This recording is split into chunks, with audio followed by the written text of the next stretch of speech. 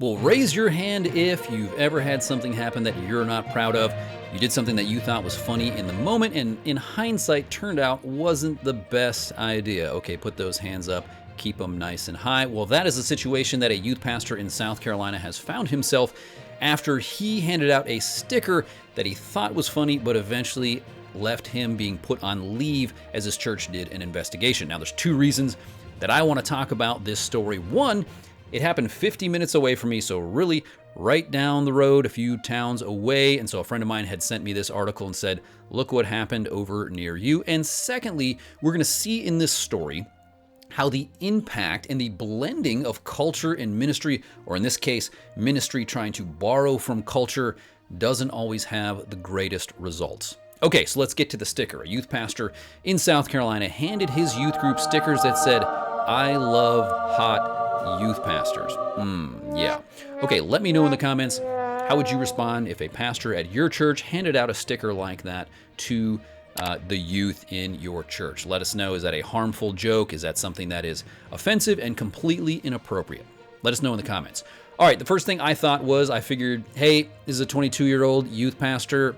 This was inappropriate. He needs to be talked to and helped to understand that that was not appropriate. Apologize to that youth group, and hopefully we can move on. Upon reading the article, however, turns out he was actually 35. So this is inappropriate behavior, something that should have been thought through and really was not a harmless prank and joke. And really the issue here stems from that use of the word hot. Now, a few months back, I made a video about how in the evangelical purity culture, a lot of speakers and teachers, when they would introduce themselves, they'd slap up a picture of their family on the screen and they would say, "Look at my smoking hot wife." And I commented how the use of the term hot to me seems like an invitation to lust and an invitation to objectify. Now I compare that to the word beautiful. If I say my wife is beautiful, and my wife is beautiful, that is an invitation for admiration, an invitation for respect. And I don't think it gets our mind moving toward lust and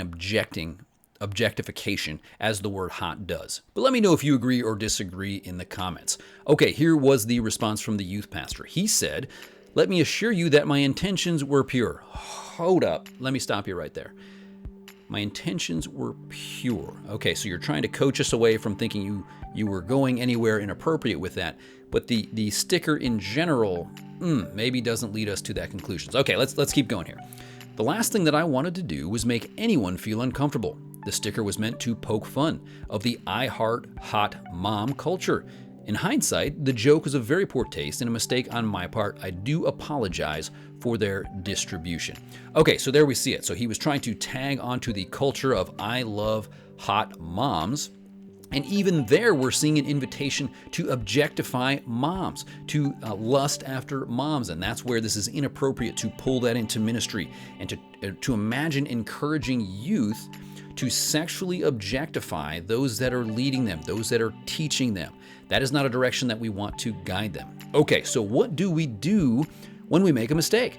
I've been in ministry for 18 years. There are a lot of things that I am not proud of. So how would I coach or counsel this youth pastor who has made this error? This is a great opportunity for us to remember the gospel. You know, the gospel is for men like me who make mistakes, who in ministry aren't going to get everything right. Thankfully, God is gracious with us. And I think for this youth pastor, this is a learning opportunity to apply the gospel, to repent, and to receive that gospel, to ask for forgiveness from his congregation. But what would you say? What do you think should be done for a pastor who did something that he thought would be funny, but it turns out, in hindsight, was highly inappropriate? Let us know in the comments. All right, now I'm going to shift to answering your questions, 4 comments that I want to respond to. This is Jason for Soulfire. Here on this channel, we want to offer gospel hope for a porn-filled world. If you like the sound of that, definitely subscribe, like this video if it was helpful.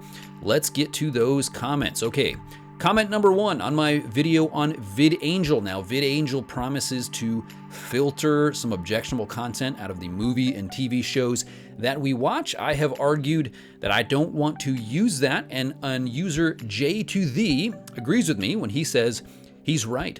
We stand out when we do things differently, not when we put makeup on TV shows everyone else is watching. And yes, if we watch, they make more of the same. And that was my general point on the video. We are participating in whatever we watch. Whatever we watch, we are telling media companies, make more of that. So if we watch something like Game of Thrones, which had significant sexual objectifying, had a bunch of bad content in it, if we watch that and we use VidAngel to scrub over some of those naughty parts, well, we are saying and we are supporting, we're telling the media companies, keep making that. We're telling them, keep objectifying actors and actresses. We will consume it. We will participate in it. So, J to thee, I agree with you. All right, next comment.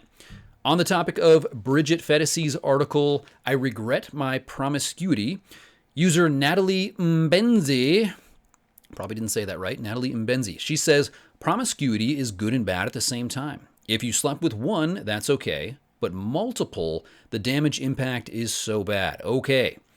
I'm going to have to go ahead and disagree with you here, and I think we disagree on the definition of the term promiscuity. Promiscuity does not imply one sexual partner, rather a multitude and a lifestyle of pursuing multiple sexual partners. So really, somebody who's had one partner, we wouldn't use that term promiscuous or promiscuity. But you're right in that the more partners one has, the greater likelihood for damage to our physical, mental, and spiritual health. The impact can be multiplied for sure. And again here, when on the topic of promiscuity, we've got to remember the gospel. That the gospel is for broken people like me. It is for broken people like Bridget Fetisi in her article as she described a lifestyle of promiscuity. God is gracious with us, and the gospel is big enough even to cover our sexual sins. Next comment on the topic of Logos version 10, which is just released.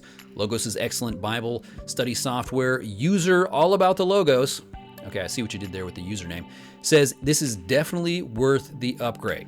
Given your username, I think we should not be surprised that you are supporting the new upgrade with Logos 10. I do agree with you. I think it's an awesome upgrade. I put out a video. I'll link to that if you want to see some of the killer features that were added to Logos version 10.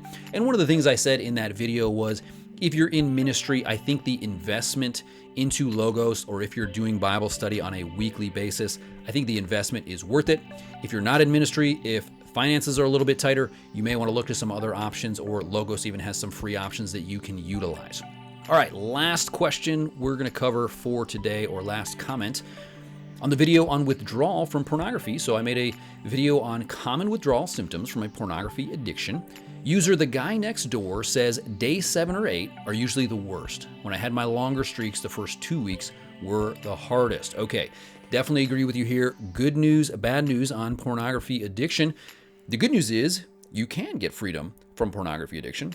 The bad news is it is a long journey that comes with some potential withdrawal symptoms. Freedom is possible, but that journey is long and difficult. So that can often be accompanied with even a period of depression. There can be some physical symptoms that you're going through. So one of the things to focus on is what can you do to make that process easier? Because it could be 6 to 9 months to a year where your body is coming off of that physical high and that physical addiction that you had to both pornography and masturbation. Well, the biggest thing to do would be to spend time in community, spend time with other people, learn to build authentic non-sexual intimacy with peers. Join a group if you can. The other things that you can do is exercise. That is going to give you a good dopamine rush. Sleep well, eat well, do as many things as you can do. Build up boundaries and barriers to keep pornography away, because the longer you walk in freedom from that, the less you will experience those withdrawal symptoms. So that's the good news, though it can be a difficult journey. I hope that your recovery process goes well. Keep fighting. It is possible. Well, this is Jason for Soulfire. Subscribe if you want to see more content like this, and I will be sure to catch you in the next one.